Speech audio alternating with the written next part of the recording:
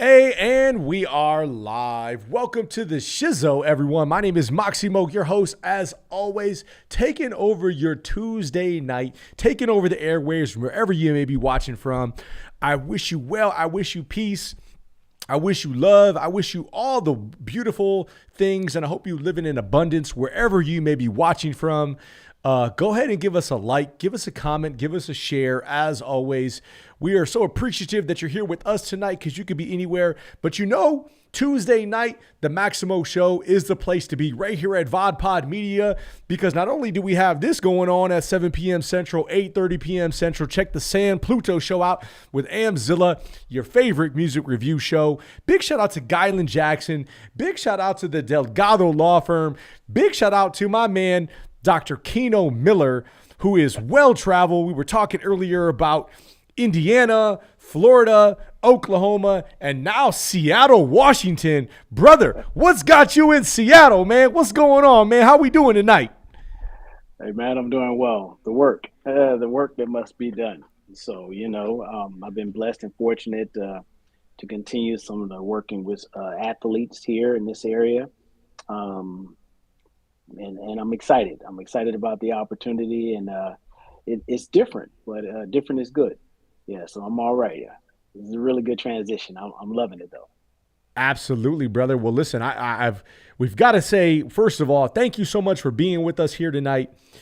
Secondly, I'm looking forward to mixing it up with you. You and I haven't spoken. We haven't really talked in a long time, but Ooh, it doesn't really take us afar and away from the work and the true yeah. spirit of the work. You are one of the few individuals that I met a long time ago that left a lasting impression in my heart, in my mind. So I knew once we start rolling with this show, we had to get you on. I'm glad we could get on your calendar with the Mm. Buckies. He's got the Buckies, folks. For those folks in Texas, my man's got the Buckies, and we'll have him talk a little bit about his travels. But licensed psychologist, he's working with athletes. He views athletics as one of the many cultural expressions with the power to provoke conscious awareness and intellectual emancipation. That's a phenomenal part of your bio. I couldn't pass up reading it on air. Mm. When I think about how sports and athletics has given us the opportunity to express ourselves and how we've seen it manifest at the highest level. I grew up in the 90s up in Michigan, and we would all be alive. We didn't realize and think about the Fab Five, what they did in the basketball court out in Ann Arbor, Mhm. the Muhammad Mhm. Ali's, the Jack Johnsons being down here in South Texas, the Galveston Giant, and how they were Mhm. able to transcend what they did on the court, in the ring, in the field, to just being larger than life people, man. I mean, give us some thoughts. What got you into this realm of sports performance, Yeah, and your work as a psychologist, and we'll get into the wellness stuff a little bit, man. But I of just course. that really spoke to me right there, brother. Mm. Yeah, to be candid, I grew up in a military family, and at a very young age, 9, 10, 11, I knew and I thought I'm going to the military, and as part of what I want to do. I wanted to be elite. I wanted to be an elite performer. I wanted to be in special forces, a Green Beret. I did all the research, and found out that I didn't like to swim very much, and Ooh. had some trauma. So I was like, "Woo, I'm not going to be a successful elite warrior and have a difficulty with water." So I said, "I've got to find another MOS." And so for me, I looked around and I said, psychological warfare. Tell me more. Ooh. And so when I started thinking about psyops, right? And I'm like every bit of 10 years old. I haven't touched seventh grade, but it's fifth and sixth grade. I knew what I wanted to do. I wanted to work in psychological warfare because I was enamored about how your mental state could impact your ability to perform, right? And so even at that your early of an age, I was like, wow, that is so cool. And I've got colleagues right now who work with special forces, obviously, all over the world, and they're doing phenomenal jobs of performance work and performance psychology. But that's the first kernel of, hmm, this is something that I think I want to do. Later on in life, that translated to my admiration for Dr. Harry Edwards and his work with the Olympians in 1968. And knowing that he was a social psychologist, his impact on student athletes and professional athletes was profound within me. I had a professor when I was finishing my undergraduate said, "Hey, you should consider going into psychology." And I was like, no, no, 5 more years of school is not good for me. I just wanted to get an MBA and keep it going. And as I thought about it, I told her, if I do it, I'm going to do sports psychology because I know the ability to not only impact performance negatively, you can also have the same level of impact positively. And I wanted to be able to make that difference with not only student athletes, but professional athletes, in addition to my work with retirees and retired professional athletes. So, but that's how it began, knowing that I didn't want to learn how to swim or I had some deficiency there. Well, that's, listen, let's go into that. You talk about mindset, you talk about mental health. If you were coaching or providing some form of therapeutic services to a young man at that age who perhaps couldn't overcome that fear, because what is fear, right? Let's talk about that of swimming. I've been in some open water triathlons where I thought I was going to die. Because it's hard, right? Swimming in open water, you got this feeling of drowning. That's a fear that many people have. What sort of services do you provide this young man? How do you work with mindset? Because as they say, mind over matter, right? I talk to a lot of young athletes about mindset, about how you going to evolve, how you going to win, how you going to overcome. Yeah, you put them in a situation that's in vivo. And I love the way the Navy SEALs do this. They call it drown proofing. And the bottom line is for that younger version of me and anyone else who's struggling with that, you have to begin to train in a way to where you can drown proof yourself. Ooh. And so beginning to learn how to float and really spending time in floating. The difference is when you're fighting, don't fight, just float. And part of that allows you to go back to your training and then trust your training. I didn't have the adequate level of training. And so when I was younger, a cousin pulled me under the water. And I didn't have the successful ability to get back up. And there's the trauma and the shock in that moment. So every time I was hoping to overcome this fear without the proper training, I would go back to that moment of fear and paranoia. I would tell my younger self and anyone else who is struggling with that, make sure you are adequately prepared and you learn how to float. Because ultimately, whether you're in the lake, freshwater, or saltwater, you're still able to pause and relax and allow your body to just have the natural buoyancy. If you can remember that, you're going to be successful. When the SEALs do this in drown proofing in that training, they're trying to get the recruits to relax. Once you can relax, you can reset your training, reset your mind. But if you're in a panic mode like that, it's not going to be successful. You're going to get yourself and maybe somebody else really hurt. Ooh, that's intense. Just the idea of that, right? You got someone trying to drown you, even though it's simulated in a training sense. You got to let yourself relax, like you said, and that's got to be a difficult thing to do. But that is the power of the mind, right? If you can train your mind to do so, what you'll be able to overcome and be successful with. Man, that's some deep psychological. It reminds me of some of the philosophy of another sports icon that many of us grew up with, and that was Bruce Lee.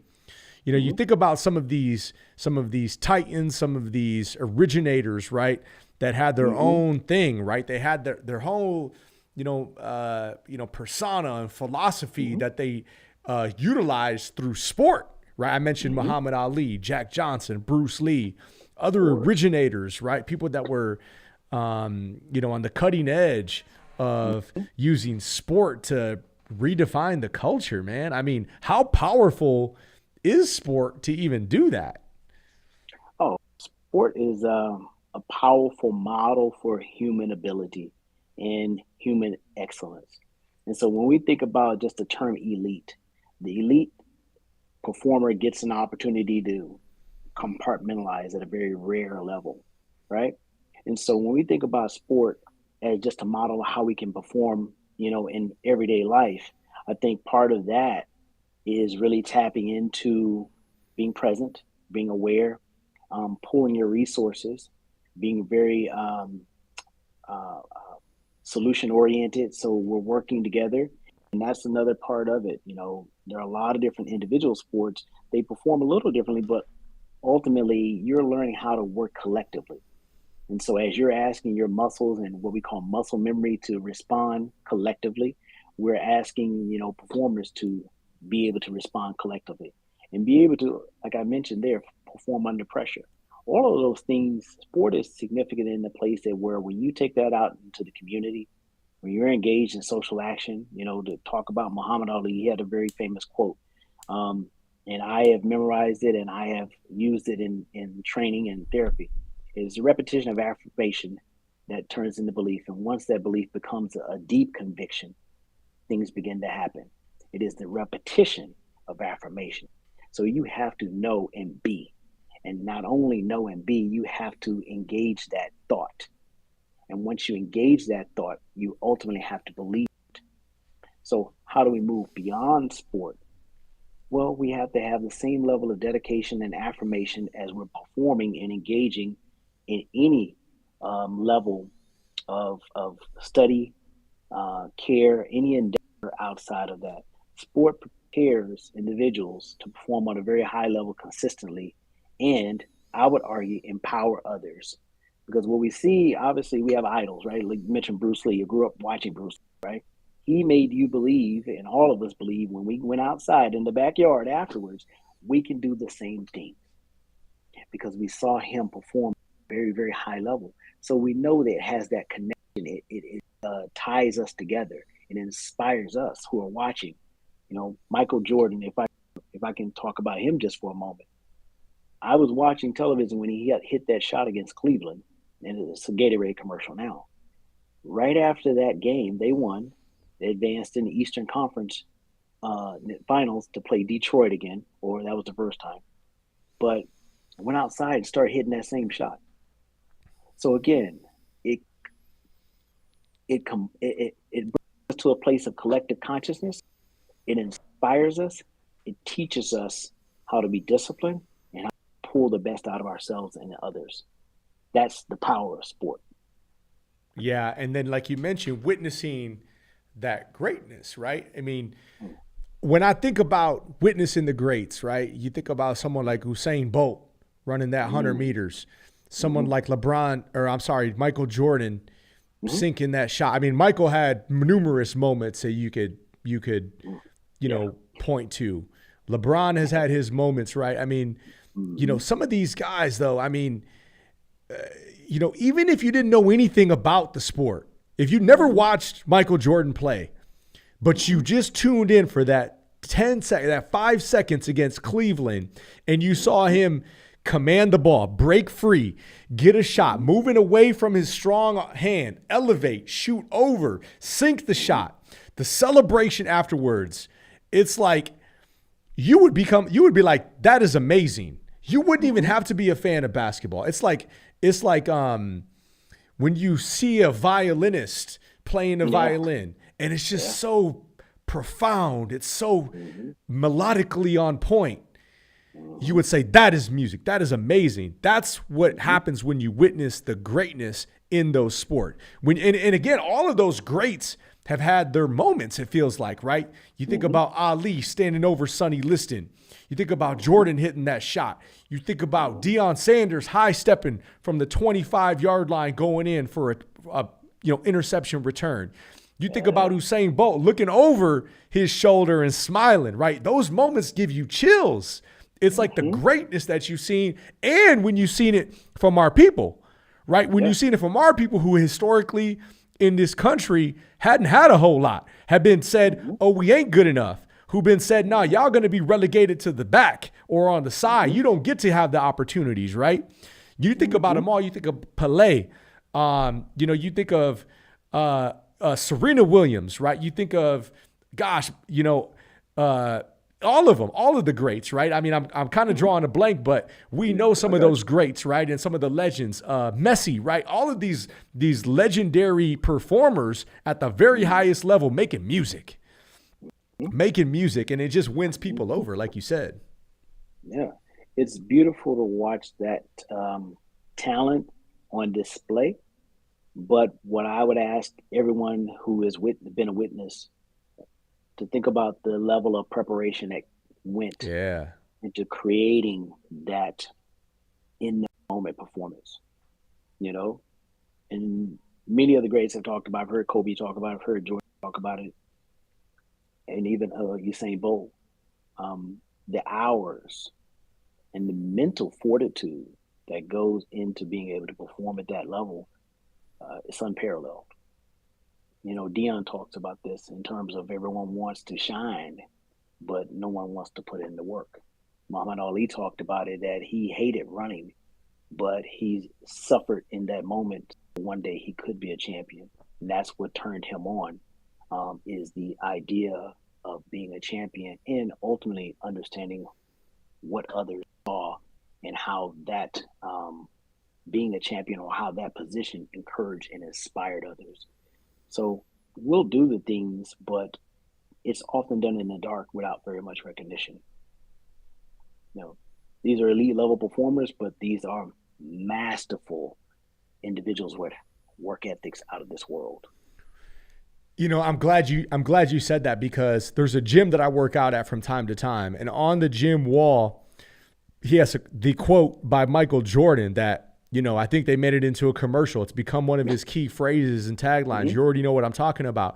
He's missed so many shots, right? He's let his team down so many times. He was cut from his team, all of those things. And that's why he succeeds, right? Is because, you're right. People don't see all of the times, or maybe they do, but it's not as much as when you're put on that spot. I think that's part of the reason that people believe Michael Jordan is the greatest, right? Because he had 6 finals appearances and won every one, right? I mean, handily. I mean, it was like we talked about, just like a ninja going in there and doing that work and putting himself.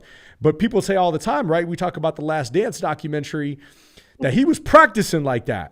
He was coming at your head, right? He was putting himself in. So he knew when it was time that that's what he was going to do. And they practiced as hard as they played, But that's a note for people that are going through difficult times. If you're watching this, if you've been thinking about giving up, if you've been thinking about quitting on your dream, you've been thinking about throwing in the towel,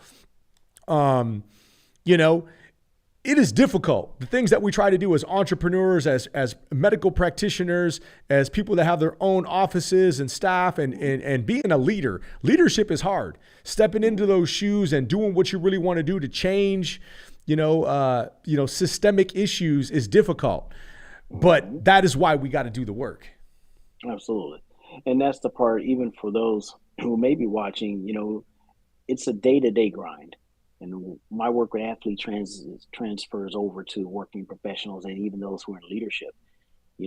We do everything we can do, and then we have to take a break. You have to have the 6 days in one philosophy, and every day you have to reset. And I don't know one human that's going to work optimally 24 hours a day. Your body won't allow it. I said human. So the reality of the matter is, we're competing with technology and AI and everything like now. We have to be very self-assured at our best effort. And so for those who are inspired by athletes, just know that you're not seeing everything. You're seeing the top of the mountain. You're not seeing what's below. You're not seeing the trek that has been taken to ascend that mountain. Yeah. And so as we talk about mindset, transitioning into talking about mental health, we are big promoters of overall wellness on this show. We talk about wellness, and we know that means a lot of different things, but mental health as a prerequisite to be had and to be spoken to and to be practiced, from ourselves and others. You mentioned earlier that people are starting to have the conversation more. I think we just got done with Mental Health Awareness Month. Now, the awareness is one thing, but putting it into practice, as a society is another thing, right? Mhm. I was talking to a few individuals. They were telling me they were stressed out from work. Well, I think you and I know that this country will work you to death if you allow it Mhm. to. We can absolutely work ourselves into, not having a family, Mhm. into, being unhealthy, Mhm. into, all of the different things that can, degrade your mental well-being, right? Substance Mhm. issues. And Yep. so talk to me a little bit about mental health. Talk to me a little bit about our next steps to integrating this into society. And Yeah. we'll start there. Oh, absolutely. I think it's a culture of wellness that we have to continue to encourage and make course corrections when it comes to our work environment. Working with industrial organizational psychologists, we're ultimately talking about creating workspaces that allow you to be healthier, that encourage healthy living, that encourage breaks. So if you ever go into a work setting where you have some ergonomic influence, you're looking at a place and space that's not only encouraging mental health but also physical health because they're interconnected, right? As we continue to talk about diet, sleep, exercise, and healthy social connections, places that promote those things, um, being disciplined enough to remove yourself from social media or remove yourself from technology so you can get a good night's sleep. That's where it all starts. The body must have its reset for you to perform optimally. So that has to take precedence. When we talk about food, food is mental health. What we put in our body impacts ultimately how we perform, how we think, how much mental capacity. So we're talking about brain foods. That could be a challenge when you're thinking about under-resourced communities, where we have to find a way to either um, provide some level of assistance, but that is going to be essential, right? Um, what I'm always talking about now, healthy and restorative practices. And they're doing this in schools. I don't know about in Texas, but in some schools they're doing during PE some level of meditation, and they're Mm. introducing some level of yoga and some level of mindfulness, and those are healthy restorative practices, very intentional. Years ago, first or second time when I went to California. Um, it's really interesting. You're on West Coast time, but the sun comes up fairly early, and I can remember looking out at the beach, and it's about 5:30 a.m. You got folks out there who are um, surfing 5 6 a.m. They're surfing. And they're starting there now. The rest of the world is often ticking. New York is banging, right? It's just ready to go. But they are starting their day with a practice that I think ultimately has some healing properties, has some wellness already infused in it, being one with nature. We talked about being in nature.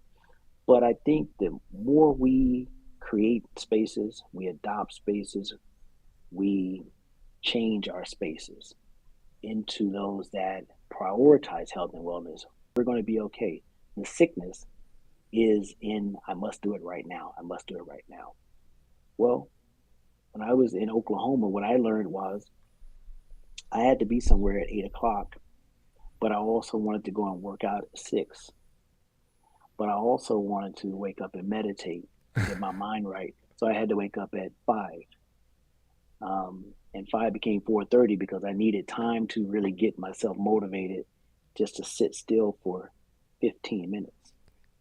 I had to create the discipline around prioritizing my mental health before I went to actually physically work out. And so that's what I'm simply saying is not only do we create the space and create the priority, and ultimately I think there's payback. I think we see a healthier society who they detach, they go out, they're one with nature, they commune in very healthy social connections with their friends and family, colleagues, and there's health, around how we engage with our food and our sleep. Ultimately, we're promoting mental health and well-being through those simple tasks, and just eliminating the barriers. So, interesting thing about being in Seattle, obviously, people here are healthier. Okay, I just want to be able to afford it. But the goal simply is to engage in some of that healthy lifestyle as we're continuing to build and model this behavior and practice to these athletes that we're working with.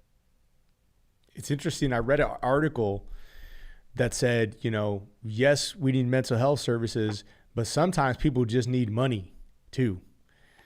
I mean, let's talk about, you mentioned accessibility, but I mean, how many of our people would, some of their problems would be solved if we added $5,000 a year, $10,000 a year to their lives, $20,000. I mean, a lot of the people would be okay, right? They'd be sustained. I'm not saying all the problems will go away, but that speaks to, financial wellness, right? Wellness means a lot of different things, as I talked about. Right. You talk about the cost of living in Seattle. The cost of living in Texas is going up because a lot of people are moving here. There's business opportunities. Let's be honest. Capitalism is the United States way, right? Mm-hmm.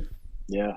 No, capitalism is undefeated at this point in time, But I think the reality of it is, wow, 5,000 would help. But I would ask, the person who is pursuing financial well-being to take that money and budget it and see if you can live off or work with just half of that. And so we require in our society a greater level of discipline. And oftentimes you're looking at student loans or even consumer credit debt.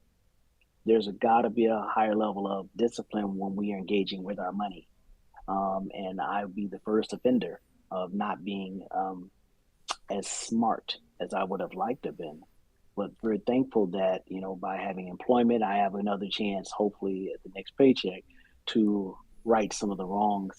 And that's it. I think the reality of it is we know money doesn't heal everything, but it can be a great start, And this is why you see a lot of people, when they get their tax returns, that's a moment of celebration.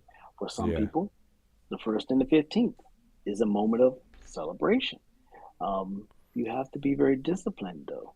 And that's the part where we have to do better as consumers, because capitalism, as I said, is undefeated.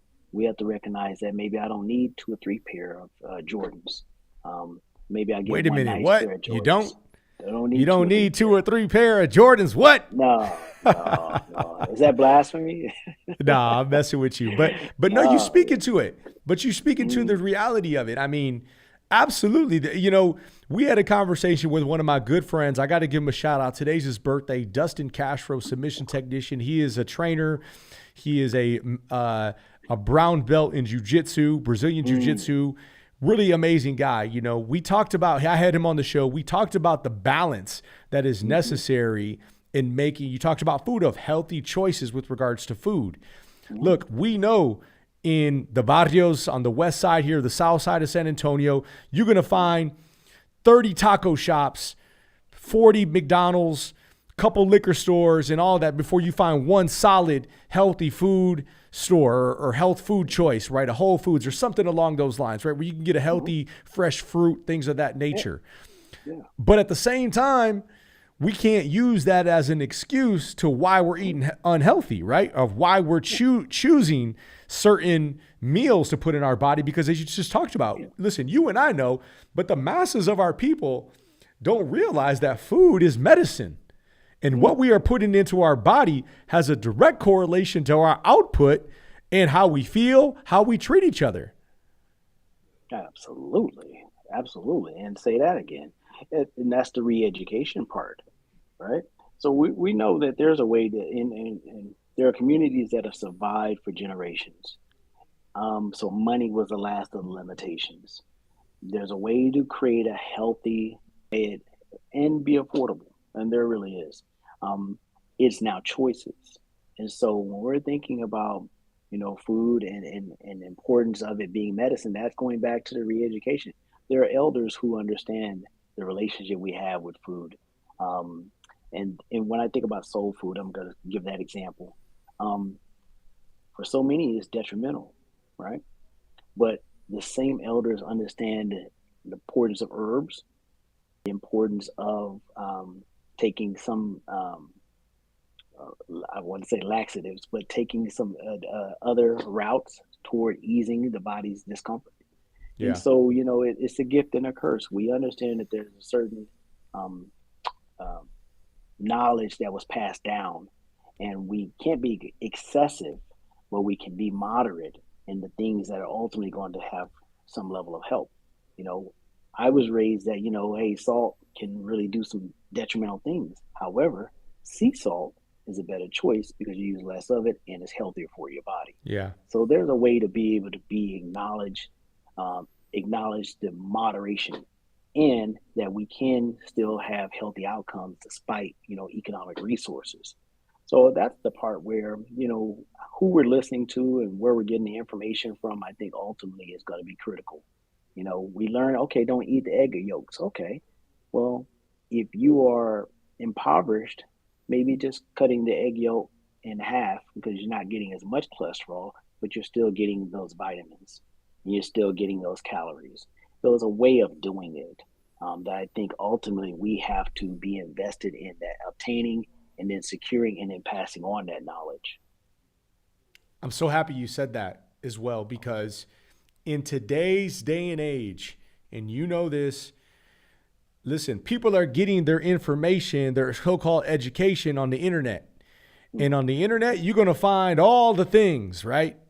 You're going to find all the things, the good salt, the bad salt, the healthy cholesterol, the bad cholesterol, the egg yolks are good, just the egg whites are good, right? I mean, getting information from the internet is like taking a drink of water from a fire hydrant. Look out. And I hope you're ready. And you can people can make a case for anything. The other thing is that there's a lot of misinformation out there, right? Absolutely. Right. That is very sophisticated with how it's presented and how it looks. And then they cite articles and they use words like this may. I just read an article today about how any amount of alcohol is bad for you, whether it's wine, right? You hear of studies that say promote red wine, a little bit of red wine with your dinner is good for you. This article said that is bad because that will those people have more risk of people who don't drink alcohol, which is a very sophisticated and sly way of introducing. Maybe there's an agenda behind the article, right? Maybe that people are trying to promote a certain drug, or they're trying to, de facto and get rid of their alcohol counterparts, right? I mean, there's agendas out there. Yeah, absolutely. And what you're describing is misinformation and disinformation, right? And so you have to ask them, how might this information serve me? How might it challenge me? Look, I think the best way for me, and this is what I would tell anyone who I'm working with, best information is going to be individualized and it's going to ultimately be assessed through biofeedback. So if you go to a nutrition regimen and you say, hey, I'm going to have a glass of red wine, ultimately you want to follow up with your physician to find out, hey, where am I at today in terms of my numbers, my T cells, my cholesterol, all of the important pertinent stuff we want to know about. Ask your doctor, obviously, hey, I want to start this regimen. And then ultimately when you go back for your checkup, 90 day, 180 day, your doctor and your biofeedback will determine what is going on in your body. And so it's not a one size fits all approach. And so I think ultimately when you are taking the information with a grain of salt and then consulting with your physician, because ultimately everyone's different and everyone has either, enough of this or too much of that. And so how we find a healthy balance, it's like a great mechanic. Your doctor is a wonderful mechanic in terms of thinking, hey, here's the things we need to do to make sure you perform like an F1 car. Yeah, great point. The B word, balance, one of my favorite words because the extremes are easy. What we strive for, what we promote is balance. We're not going to say, we've got some people that watch the show that are video gamers. They like spending time playing video games. Some people have said, well, I like to play video games for my mental health. Hey, my thing, have at it, have some fun. But the extremes, you got to be careful for, right? Yeah. We got some people that come on and say, look, we talked about the herbs, like smoking some marijuana. They said our people taught us to smoke marijuana, right? Years and years for anxiety. You find more people doing, CBD, those sorts of things these days, right? That's fine, right? Have at it, be safe. But the extremes, once you go overboard, which are easy to do, that's when things can become dangerous. Absolutely. And, we can name one of our favorite performers who's written or who has performed 10,000 different songs, or he's getting credit for 10,000 songs. But he says, hey, I can't remember some of these songs now. I'm wondering, is it 10,000 or is it something different?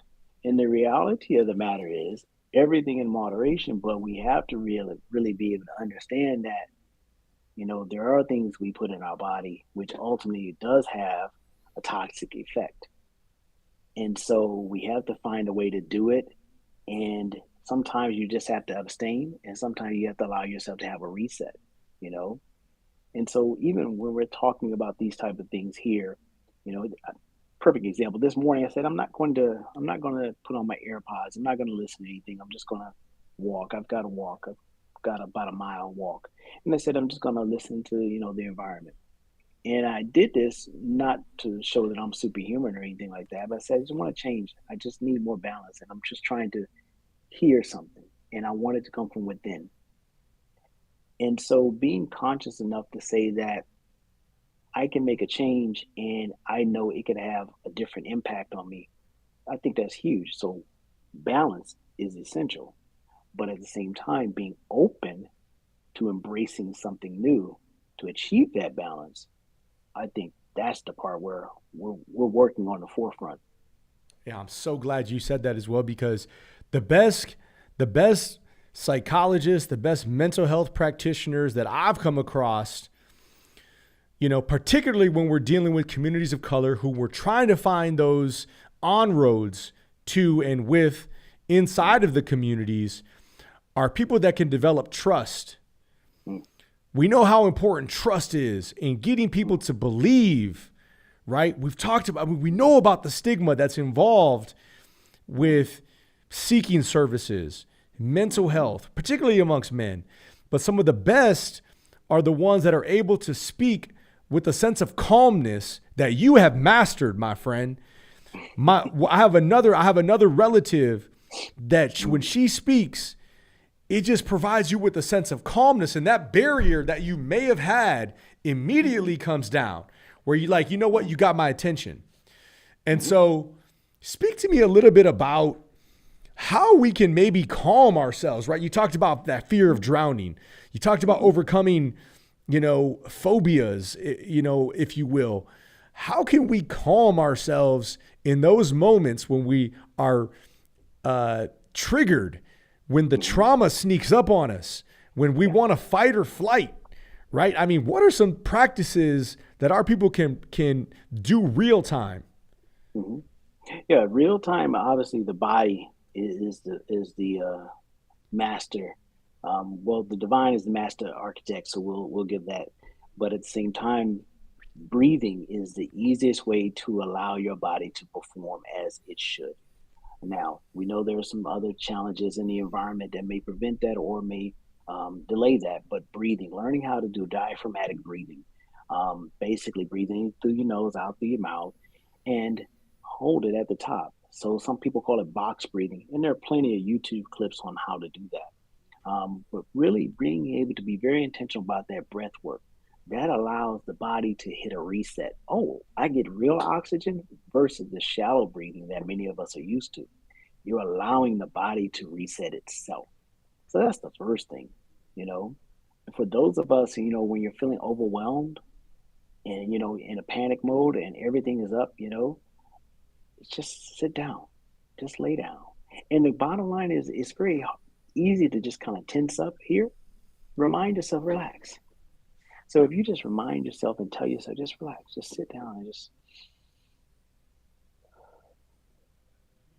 I'm going to do this for 2 minutes. What you're doing is sometimes when we say 5 minutes, 5 minutes is too long. Okay, bring it back down. Always cut that in half because you're asking yourself, you're trying to compromise, but you're asking yourself to be open. And it just opened the door for some level of healthy engagement. So what I endorse for those who are kind of new or not familiar with the practices is diaphragmatic breathing, going for a walk in nature, removing yourself from technology, listening. So you engage the senses, right? Hearing, the sight, the smell, the touch, the smell, and the taste. And if you can engage in all of those things, oftentimes you hear people doing it during dinner. They say, you know what? We want to taste the food, smell it, listen to it, and sometimes you may say, it's not making any sound. You ever seen a glass of something with bubbles? Pull that up and listen to it. So go into the grounding exercises where you are now paying attention to not only your surroundings, but you're also paying attention to your internal. You're paying attention to your thoughts. It's nothing to say over the next 2 minutes, I'm going to be silent. And every thought I have, I'm going to record it. Put your smartphone on record, and the things that pop up in your brain, just list them. Hat, dog, cat, ram. And the bottom line is when you go back and listen to it, ask yourself, how did I come up with these associations? As you begin to train your mind to be more disciplined, think about how that may change. You may become more organized in your thought. Those thoughts that you record, write that down. And just think about, where am I going today? And how do these words connect me with where I want to be? Oftentimes, what you're going to hear people talking about, their stressors, things that give them anxiety, family members who may cause a sense of worry and discomfort. And if we're thinking about how do we apply that, okay, well, let me call my mom. Let me call my brother who I've been worrying about, And so it's an exercise in being present, being mindful, but ultimately being proactive. Technology it can be a great help. I mentioned how to use your smartphone. I also mentioned YouTube, so trying some of those things out and finding what works for you and then using technology, to really kind of go hands-free and just be. Yeah, my brother, you're giving us these mic drop moments. We don't want to leave. We don't want you to leave just yet. But, we're getting to the back end of the show. I got to ask you as well. Again, much love to you, my brother, for coming on and dropping some of this knowledge. I'm 39 years old. I am finding throughout the last few years and even moving forward, we are finding more brothers that are having an awakening of some sort. They're recognizing that, like, maybe I did some things wrong.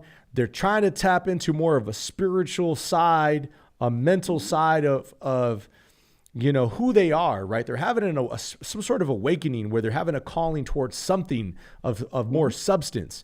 A lot of our guys, let's be honest, we've done a lot of things wrong, right? We haven't always gotten it right.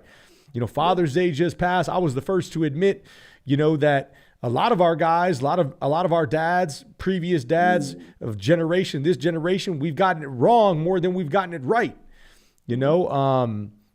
Sunday was a good day for a lot of our dads to look ourselves in the mirror. To those guys that are having a calling towards something, they don't know what it is. Maybe they're getting more involved with church. Maybe they're starting to paint more because something's calling them to paint for whatever reason. Like you mentioned, a calling. What do we tell those guys? I would tell those guys to utilize, the networks that you have to build a community. This podcast is amazing. You're building community and you're encouraging people to build community. And I think ultimately, when men come together, men can heal by being able to encourage and validate one another's experiences, right? And so really being able to ask them to call upon each other, be thoughtful in how we engage. And that could be a phone conversation with a loved one or one of our best friends, or that could be us going out and just being in the community. And the goal for those men who are really trying to figure out, okay, how do I get there? It's intentional with just being present or being motivated, but we have to rely on this collectivism, this collective consciousness, right? Because I said healthy social connections. That is how the men, The warriors must go out and be warriors. We must train. So in the gym where you train, I'm sure someone can encourage you and validate, your development, but also be there for you when you're not feeling, I'm not really feeling it today. Hey man, I get that. So we recognize just in those very small micro spaces the encouragement of one or two, right? So we have to build communities. We have to be able to work and build with other brothers and share our collective experiences. That's what reduces the stigma and ultimately allows us to become more vulnerable. When we do that, I think we are better men because ultimately men do cry, men do hurt.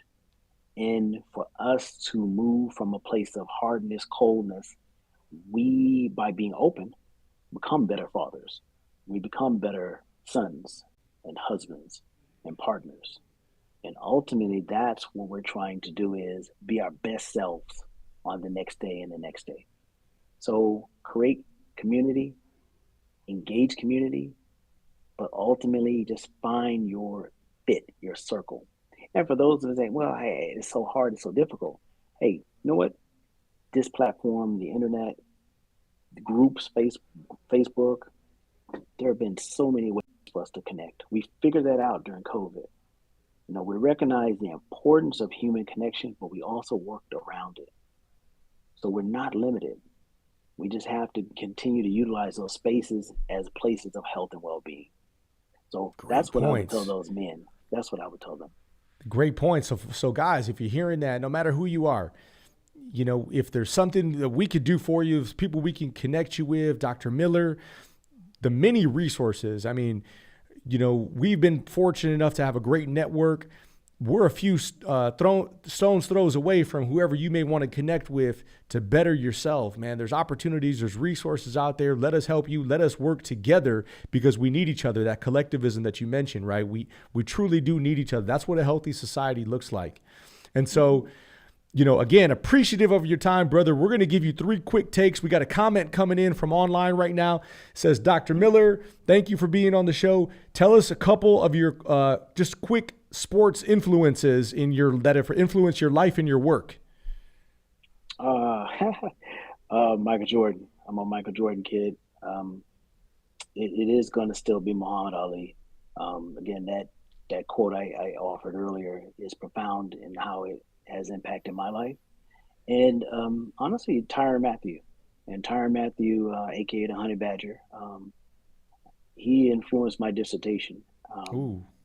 And he helped me understand that we've got some work to do in there. This young man made some mistakes, but also he course corrected. And for my dissertation, honestly, I was going to be an academic, and knowing the things that he had discussed and described that he was challenged with, I pivoted and I said I want to be a practitioner. And so, whereas I could have been teaching classes and, hopefully it would be a tenured professor now, I said I want to be a licensed sports psychologist because we need more men like myself and others in the gap for these student athletes. And I'm so proud of him, but he inspired me to think about my dissertation differently. Yeah, those 3. Amazing. I'm a big fan of all 3 of them. I got another one, a quick take on this quote. This is a quote from Dr. Mark Manson. He says, imagine there was a magic pill that eased anxiety and depression, improved focus and mood, helped you sleep, caused you to lose weight, have better sex, and guaranteed you to live longer. Oh, and it's free and has 0 known side effects. That magic pill exists. It's called exercise. Absolutely. And it goes beyond physical and mental. And mental is the emotional. That's the double-sided pill. So yeah, absolutely. And that, regardless, diet. When I talk about optimal health and well-being, I interjected that part during COVID because I saw so much in working with retired athletes, and there was always diet, health, diet, sleep, exercise, restorative practice. practices, and then healthy social connections. While working with the current athletes, exercise is not so important.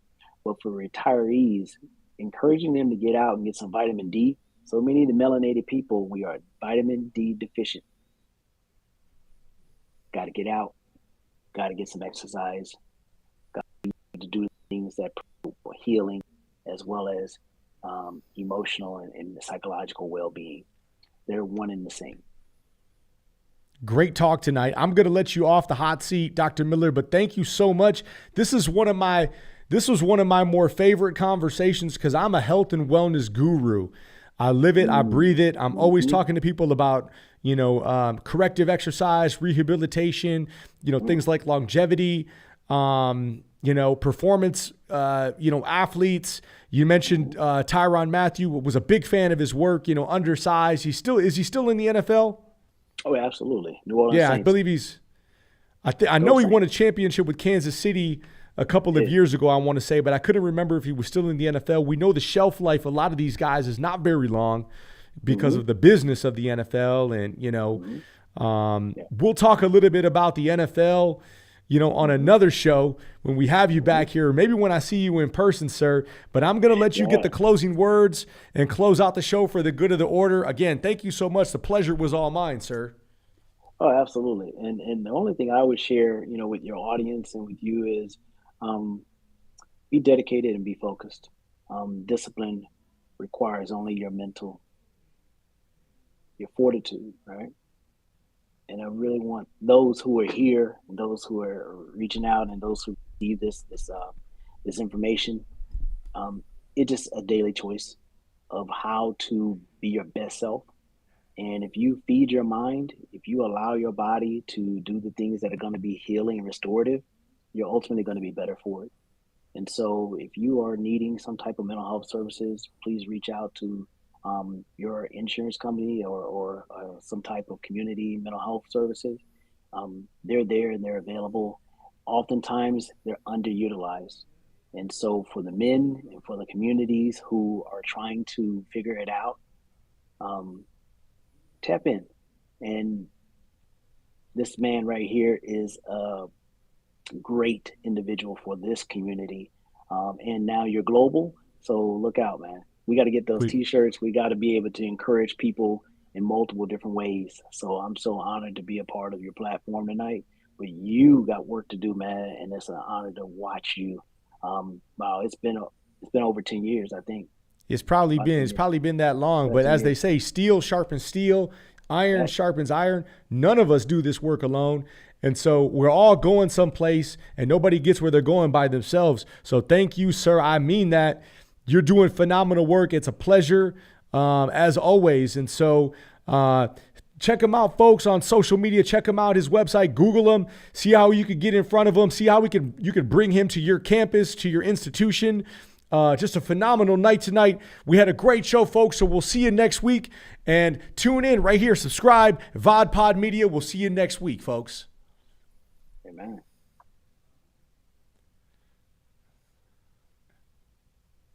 Bye-bye.